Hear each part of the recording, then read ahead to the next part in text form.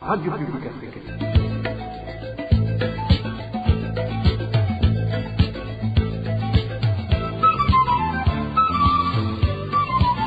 Radio Publique Africaine.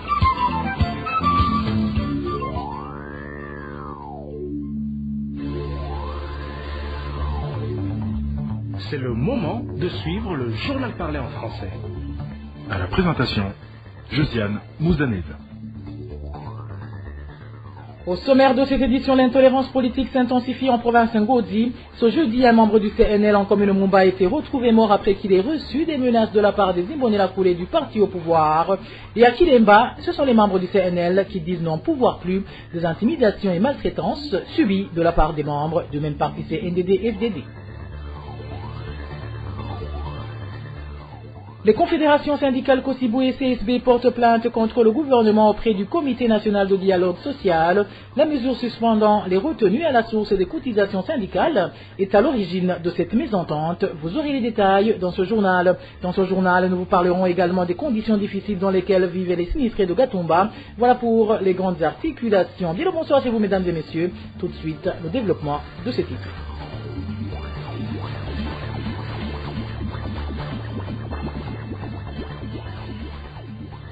Bonsoir. Débutons ce journal par la page sécuritaire où un corps sans vie d'un homme a été découvert ce jeudi sur la colline Karungura de la commune Mumba en province Ngozi Nosusa Mumba indique que la victime a été poignardée. 2 personnes ont été arrêtées pour des raisons d'enquête. Marie-Ange Ilakodi. Ce corps sans vie retrouvé est celui d'un certain Gilbert Ndachaïsaba, surnommé Sandy, travaillant dans les travaux champêtres sur la colline Karungu, commune Mumba en province de Ngozi et militant du parti CNL. Nos sources à Mumba indiquent que le corps de Gilbert Ndachaïsaba a été retrouvé dans une plantation d'eucalyptus emballé dans un sac la nuit de ce jeudi. Il a été vu par des enfants qui étaient en train de chercher du bois de chauffage. Selon des sources dans la localité, Gilbert Ndachaïsaba, surnommé Sandy, était introuvable depuis mercredi dernier. Les informations fiables en provenance de Mumba indiquent que la victime aurait été victime d'avoir refusé d'adhérer au parti au pouvoir, le CNDD-FDD. Nos sources à Mumba indiquent que 2 personnes ont été arrêtées par la police pour des raisons d'enquête, tandis que les 2 autres se sont échappés. Gilbert Ndachaïsaba, surnommé Sandy, était natif de la localité appelée Kuruganda, en zone et en commune Mumba, dans la province d'Ngozi. Marie-Ange Ilakodi, cette intolérance politique s'observe également dans différents coins de la commune Kilemba. Nous sommes toujours en province Ngodi. Certains membres du parti CNL indiquent qu'il existe des membres du parti au pouvoir qui perturbent leurs activités politiques et les malmènent de temps en temps. Le point avec Émile Nibasumba. L'exemple récent qui illustre de l'intolérance politique manifestée par des membres du parti CNDD-FDD envers ceux du parti CNL est le fait qu'un groupe d'Imbonerakure qui fait la pluie et le beau temps a pris des membres du CNL qui avaient participé à l'ouverture de la permanence collinaire à Ouimbogo et les ont frappés avant de les faire incarcérer dans un cachot durant une nuitée. Plusieurs militants ont été arrêtés, mais seuls 2, renommés Moroha et le prénommé Jean, ont été frappés et acheminés au cachot de la zone de Mugina. Après qu'il y ait eu une intervention des membres du parti, les 2 victimes ont été relâchées le lendemain, mais n'ont pas eu justice. Les Imbonerakure qui sont beaucoup remarquables dans ces pratiques avec un grand zèle sont un certain Vianney qui est directeur de l'Ecophonia Marobe, Élysée, Gracien et Séverin Bonima. Avant que cela ne se produise, certains militants du CNL ont indiqué à la RPA que ces Imbonerakure se sont toujours manifestés par une volonté de nuire à tout membre du parti CNL. Ce n'est pas la première fois que ces Imbonerakure commettent de telles violations des droits de la personne humaine. Ils ont également fait au niveau des collines Nyamarobe, Bunogera et Bunywana de la zone Mugina. Ils malmènent des membres du parti CNL en les empêchant de circuler librement, des fois même en les menaçant verbalement. Nous avons à maintes reprises dénoncé leurs actes, mais rien ne change. Certains membres du Congrès national pour la liberté demandent aux autorités communales de redresser ces Imbonerakure afin de réinstaller la quiétude au sein de la population. La rédaction de la RPA a tenté de joindre l'administrateur de la commune Kiremba, Emmanuel Ouizeye, mais sans succès. Emile Nibasumba Dongozi, randons-nous à Kirundo où le responsable de la Ligue des jeunes Imbonerakure du parti CNDD-FDD en commune Kirundo est accusé de malmener la population. En effet, il y a 2 habitants qui sont injustement incarcérés depuis une semaine sur ordre de ce responsable des Imbonerakure, comme l'indiquent certains membres de leur famille, et ces derniers demandent leur libération étant donné qu'ils n'ont commis aucune infraction. Le point avec Eric Nyonzima. Ces 2 stars qui sont en détention sous l'ordre de Pierre Machomi, le responsable des Imbonerakure en commune Kirundo, sont les nommés Ezekiel Habarushimana, surnommé Mihungo, ainsi que Clave Nanyugu, surnommé Mandela. Les 2 hommes sont victimes d'avoir porté plainte devant les autorités locales contre la femme de Pierre Machomi, du fait que cette femme avait mangé une poule appartenant à son voisin qui est effectivement Ezekiel Habarushimana, alias Mihungo. Les 2 membres de famille de ces 2 personnes détenues témoignent. La femme des responsables des Imbonerakure du parti CNDD-FDD a appelé un motard pour qu'il puisse lui amener sa poule qui se trouvait à la maison. Le motard est allé prendre la poule et la lui a ramenée pour qu'il la mange, mais ils ont pris la poule appartenant au voisin. Alors, ce voisin est allé porter plainte contre la femme devant l'officier de la police judiciaire. La femme a reconnu la faute et le PG lui a dit de dédommager son voisin. La femme a donc payé 13 000 kambou à son voisin, mais actuellement, c'est le propriétaire de la poule qui est en prison. Les 2 hommes viennent de passer une semaine détenus d'allocation du parquet près du tribunal de grande instance de Kirundo. Leurs familles disent qu'ils sont incarcérés injustement car ils ne sont coupables d'aucune infraction. Ce jour-là, quand Mihungo a perdu sa poule après que sa voisine l'ait prise pour la sienne, Mandela a parlé à haute voix que les voleurs ont été reconnus. Alors, il a été accusé de l'avoir insulté, que c'est une voleuse de poule, et le propriétaire de la poule qui a été mangée est accusé d'avoir empoisonné la poule appartenant à cette femme, alors que la sienne a été amenée chez l'OPG étant en bonne forme. Les familles de ces 2 citoyens détenus arbitrairement demandent avec insistance aux autorités judiciaires en commune Kirundo de se ressaisir en les libérant pour qu'ils puissent rentrer dans leur famille, surtout que leurs enfants ont dû abandonner l'école, faute d'avoir des parents qui puissent pouvoir à leurs besoins. Ils demandent aussi que le responsable des Imbonerakure cesse de malmener les citoyens. Cependant, la rédaction de la RPA n'a pas pu joindre au téléphone Pierre Machomi pour s'exprimer sur ces accusations. Eric Nyonzima, d'autres habitants qui crient à l'injustice sont ceux de la zone de Wulinga, commune Gihanga en province de Bubanza, qui s'insurgent contre la libération de 2 jeunes gens accusés de tentative d'assassinat sur un veilleur d'une étable se trouvant dans cette localité. Les présumés auteurs de ce crime avaient été arrêtés le 12 mars dernier, puis conduits au cachot du commissariat communal de la police à Gihanga, avant d'être transférés au commissariat provincial de Bubanza. Le reportage est signé Emmanuel Nyongeku. Alexis Ngiyumba est un jeune homme qui exerçait le métier de veilleur sur une étable se trouvant sur la colline et zone Bulinga. Dans la nuit du 11 mars 2023, il a été grièvement blessé par les prénommés Gérard et Fabrice, eux aussi exerçant le même métier jusqu'à lui couper des testicules. Des conflits d'argent seraient à l'origine de ce crime. Nos sources à Bulinga indiquent que la victime a été amenée à l'hôpital militaire de Kamenge pour des soins intensifs. Les 2 présumés auteurs du crime ont été interceptés et conduits au cachot de la brigade en commune de Gihanga avant d'être transférés au commissariat provincial de la police à Bubanza. Néanmoins, ce citoyen de Bulinga indique qu'ils ont été surpris de voir ces jeunes gens libres 10 jours après leur arrestation. Ceux qui l'ont violenté sont les prénommés Gérard et Fabrice. Ils travaillaient ensemble dans une étable et tous résident à Bulinga. Ils ont été arrêtés le 12 mars et ont passé une semaine au cachot de la brigade à Gihanga. Le 19, ils ont été transférés au commissariat de Bubanza. Nous les avons vus ici, à Bulinga, depuis le 22 mars. C'est le jour où ils ont été libérés. Nous, les habitants de Bulinga, avons mal accueilli leur libération. Nous voulons que vous nous aidiez à en parler pour que la justice se ressaisisse et qu'elle fasse son travail.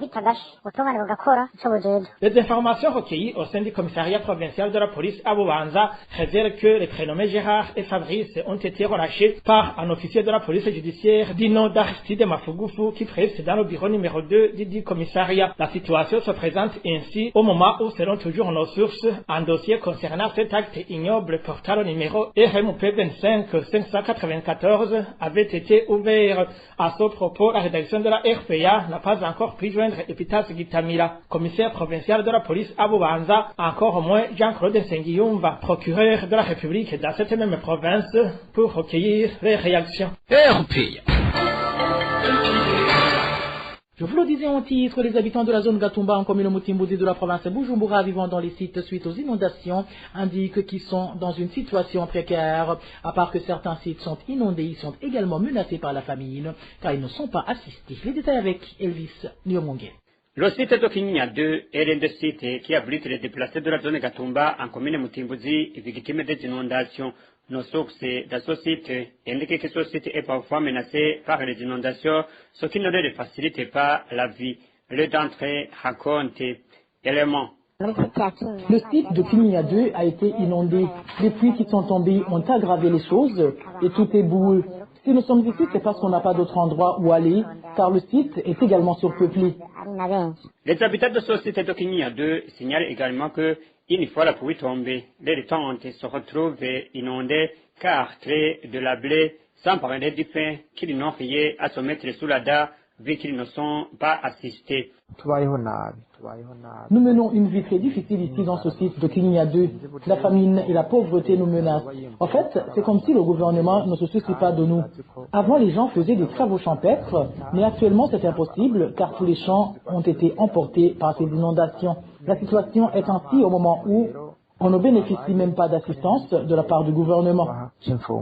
Pourtant, ce mercredi, le président de la plateforme nationale de prévention des risques et gestion des catastrophes a demandé aux déplacés récemment touchés par les inondations causées par la rivière Rusizi de rejoindre les camarades se trouvant dans les deux sites.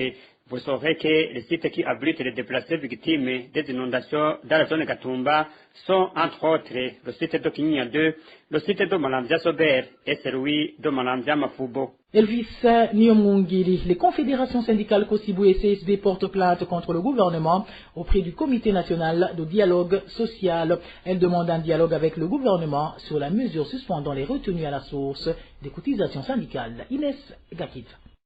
Cette mesure du gouvernement burundais entre en violation avec les dispositions relatives à la liberté syndicale et au droit syndical, ainsi qu'à la Convention de l'Organisation internationale du travail, lit-on dans cette plainte déposée par CSB et Kosibu au Comité national du dialogue social.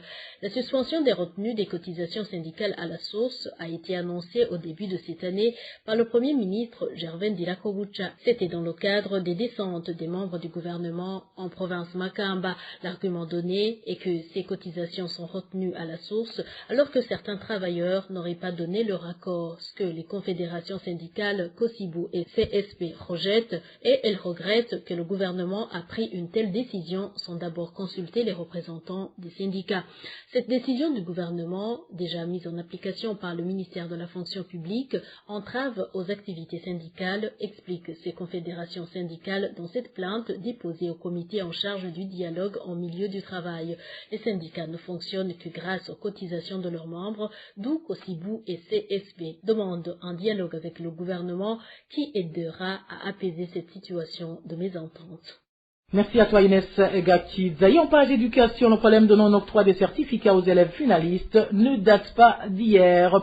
C'est en substance la réaction du professeur d'université libérale Nibachira Kandi qui explique que le ministère de l'Éducation engage des enseignants qui n'ont pas la compétence requise, ce qui handicape le secteur de l'éducation. Ce professeur d'université en appelle aux responsables du 17h à se ressaisir et à le valoriser. Suivez plutôt le professeur libéral Nibachira Kandi. Problème de retard dans la distribution ou de la remise des certificats ou des diplômes de fin des humanités ne date pas d'aujourd'hui. Je rappellerai qu'en 2017, le même problème s'est posé. Les lauréats du secondaire ont passé une année ou deux sans avoir leur diplôme de fin des humanités. Donc ce n'est pas étonnant qu'aujourd'hui le même problème subsiste. Même les 2 dernières années ou les 3 dernières années, je pense que ce problème n'a jamais été résolu. Tout simplement, les élèves ou les parents ne se sont pas manifestés. Et ce problème s'explique par plusieurs raisons. La première, c'est l'incompétence des fonctionnaires de l'État, notamment en charge de cette question au ministère de l'Enseignement primaire et secondaire. C'est un problème organisationnel. Si de par le passé, les diplômes étaient obtenus très très rapidement, c'est parce que tout simplement les fonctionnaires avaient des compétences et faisaient le travail dans les délais et anticipaient, puisque le ministère a toute une année pour préparer les diplômes, puisqu'ils ont des statistiques, notamment des lauréats de chaque année. Donc, il suffit de préparer les certificats ou les diplômes, et dès qu'un élève a réussi son examen, il suffit d'ajouter le nom de l'élève en question. Donc, il y a d'une part un problème organisationnel combiné avec l'incompétence de certains fonctionnaires de l'État. La deuxième raison, c'est que probablement il manque des moyens financiers, c'est-à-dire la mauvaise gestion en fait, puisque l'on apprend chaque jour qu'il y a de l'argent, des dons, des financements qui ne sont pas dépensés dans les délais. Est-ce que au ministère de l'enseignement primaire et secondaire, il doit y avoir un budget qui est dédié à acheter le papier nécessaire pour fabriquer ces certificats? Une autre raison peut-être, l'on sait que les caisses de l'État sont vides et probablement les priorités du ministère de l'enseignement primaire et secondaire, ce n'est pas des certificats. D'où justement la mauvaise gestion et la mauvaise gouvernance, notamment des écoles. Et il est incompréhensible que le ministère organise des examens et que les lauréats du secondaire ou du poste fondamental passent une année ou deux ou trois sans avoir leur diplôme, sachant que quand même ils sont bloqués au niveau des inscriptions dans l'enseignement supérieur universitaire ou ceux qui souhaitent aller sur le marché du travail. Le professeur d'université libérale Nibachila Kandi fait un clin d'œil aux dirigeants du pays et les appelle à penser à l'avenir de la jeunesse burundaise, notamment en leur servant de bon exemple quant aux parents. Il les incite à continuer à réclamer les documents de leurs enfants, car c'est de leur droit. Suivez encore une fois le professeur libéral Nibachila Kandi. La question de l'éducation ne devrait pas être une question d'ordre politique. Ça rentre dans dans le social. Donc, hypothéquer l'avenir des jeunes, hypothéquer les gestionnaires du Burundi de demain, c'est une erreur monumentale. Et le Burundi a signé des accords internationaux, notamment en matière de droit à l'éducation. Qui dit droit à l'éducation, dit droit à l'obtention de diplôme si on le mérite. Donc, là, c'est une défaillance du ministère et finalement de l'État burundais. Et d'ailleurs, les parents ont le droit de porter plainte contre le gouvernement burundais, notamment le ministère en charge de ces questions. Parce que tout simplement, le Burundi, aujourd'hui, n'a pas respecté les conventions internationales en matière du droit à l'éducation. C'est une question qui bloque cette jeunesse et c'est aussi un mauvais message adressé à la jeunesse parce que finalement, apprendre, ce n'est pas seulement dans les salles de cours. Les jeunes doivent avoir un modèle à suivre, notamment en matière de gestion des affaires de l'État, de gestion des affaires du ministère de l'Éducation. Ici, c'est une défaillance et malheureusement qui hypothèque l'avenir de plusieurs jeunes. En page société, il s'observe toujours une carence des produits Braroudi, que ce soit les limonades ou les boissons alcoolisées, et ce dans tout le pays. À part les informations que nous détenons de nos sources au sein de la Braroudi affirmant que les Fanta ont manqué suite à l'expiration de licence de production entre la Braroudi et la société américaine Coca-Cola, notre source affirme que la pénurie des boissons alcoolisées est due au fait que la Braroudi a changé son système de brassage en introduisant une nouvelle cuve pour augmenter le niveau de production. La même source affirme que ce problème de manque de produits Braroudi sur le marché sera résolu d'ici lundi de la semaine prochaine. À ce propos, certains commerçants sont en train de profiter de cette carence de produits Braroudi. Le cas le plus illustratif est celui de la province Mngaro, où un des commerçants de la zone Niakalalo en commune Gisozi fixe les prix comme bon lui semble, avec la bénédiction des autorités administratives et policières à qui il graisse la patte. Plus de détails avec Dani Claire, il a trouvé. Ce commerçant qui fait la pluie et le bon temps s'appelle Gervais Ndiho-Kubgayo. Il est le propriétaire du seul méga qui compte la zone Niakalalo de la commune Gisozi, en plus de posséder un dépôt juste en face du dit méga. Ce dernier, selon nos sources, fixe le prix comme il l'entend, sous prétexte qu'il a déjà graissé la patte aux autorités de la place, qui ferment les yeux sur toutes ces magouilles. Cet habitant témoigne. Ici chez nous, il y a un commerçant qui n'a jamais respecté les prix fixés par le gouvernement. Imaginez-vous quelqu'un qui empoche un bénéfice de 4 000 francs sur un seul casier, alors qu'il est grossiste, et tout ça parce qu'il corrompt les commissaires de police avec qui il partage même souvent la bière ensemble. Cette protection fait qu'il dénigre les chefs collinaires. Les camions de la Braroudi approvisionnent régulièrement son méga, mais trouver la prémisse ou la mutuelle relève d'un miracle. Ceux qui l'approchent, il leur vend en cachette quelques casiers, mais au détail. Donc, si un commerçant achète la Primus à 1700 et la Mstel à 3000, c'est normal qu'il le revend respectivement à 2000 et à 3500 francs. À leur tour, les petits se voient contraints de revoir à la hausse le prix à la bouteille pour éviter de travailler à la perte. Au moment où certains commerçants se sont vite taxés des amendes pour non-respect des prix officiels. Ces derniers demandent aux autorités habilitées de cesser de toujours s'en prendre aux petits commerçants alors qu'ils savent très bien ce qui les pousse à agir ainsi. Et voilà, mes fidèles de la RPA, c'est par ici que prend fin le journal en français de ce vendredi 7 avril 2023. Merci à vous qui nous avez prêté une oreille attentive. Merci également aux équipes rédactionnelles et techniques pour leur franche et parfaite collaboration. À la présentation de ce journal, vous étiez avec Josiane Mouzaneza. Bon début de week-end à toutes et à tous. Au revoir.